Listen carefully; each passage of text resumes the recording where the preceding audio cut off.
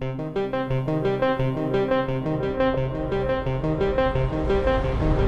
life of Noah, a man who listened.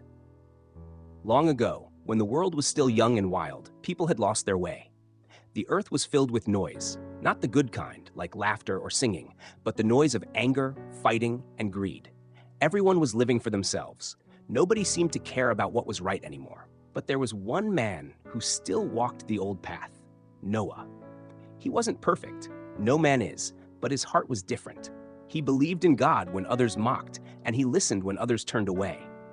While the rest of the world was chasing after their own desires, Noah tried to live in peace, to do what was good. One day, the silence of heaven broke. God looked upon the world, and what he saw brought him sorrow. Violence had covered the earth like a thick fog, and kindness had almost vanished. So God decided he would start over. But he wouldn't erase everything. There was still one faithful heart left beating among the wicked. God spoke to Noah and told him his plan. A great flood would come to cleanse the earth. He gave Noah strange instructions. Build an ark, God said, a big wooden boat, 300 cubits long, 50 wide, and 30 high. You will take your wife, your sons, and their wives with you, and you will bring with you 2 of every kind of animal and 7 pairs of the clean ones. Now, imagine Noah standing there, hearing this. No one had ever seen a flood like that. The skies had never opened so wide. People must have laughed when they saw him building that massive thing on dry land. They called him foolish, maybe even mad. But Noah kept working. Every hammer hit echoed with faith. Every plank nailed was a sign of trust. He didn't argue, didn't delay. He just did what God told him. And then the rain came. It started small, a few drops tapping on the wood. But soon, the skies broke open. The earth trembled as the waters burst from beneath and above. Rivers overflowed and valleys disappeared. People ran, shouting, crying, knocking on the ark's doors. But it was too late. The flood swallowed the world, washing away the noise and the sin. Inside the ark, Noah sat with his family and the animals. The wind howled outside, but inside there was peace. A strange, heavy peace. Days turned to nights, nights to weeks.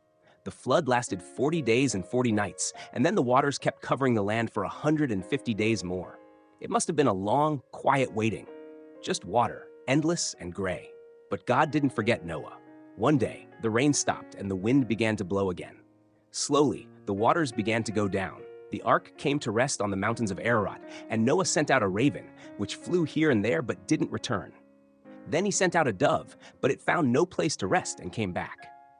A week later, he sent it again, and this time it returned with a fresh olive leaf in its beak. Noah's heart must have leapt.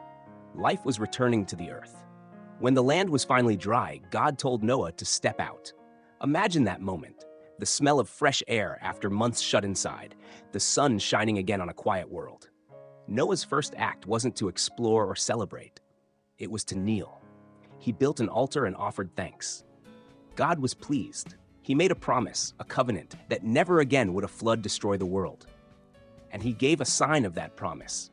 The rainbow, stretched across the sky like a bridge between heaven and earth. Every time it appears, it whispers of mercy, of second chances. But Noah's story didn't end there. He planted a vineyard, and one day he drank too much wine and became drunk, lying uncovered in his tent. His sons saw, and shame came into the house. Even righteous men stumble. Noah's mistake reminds us that faith doesn't mean perfection. It means walking with God even after you fall. In the end, Noah lived long after the flood, seeing the earth fill again with people and life. He had known fear and loneliness, yet he also knew what it was to be carried by God's hand. His life stands as a quiet voice across time, telling us that faith is not about seeing proof, but about trusting the one who speaks.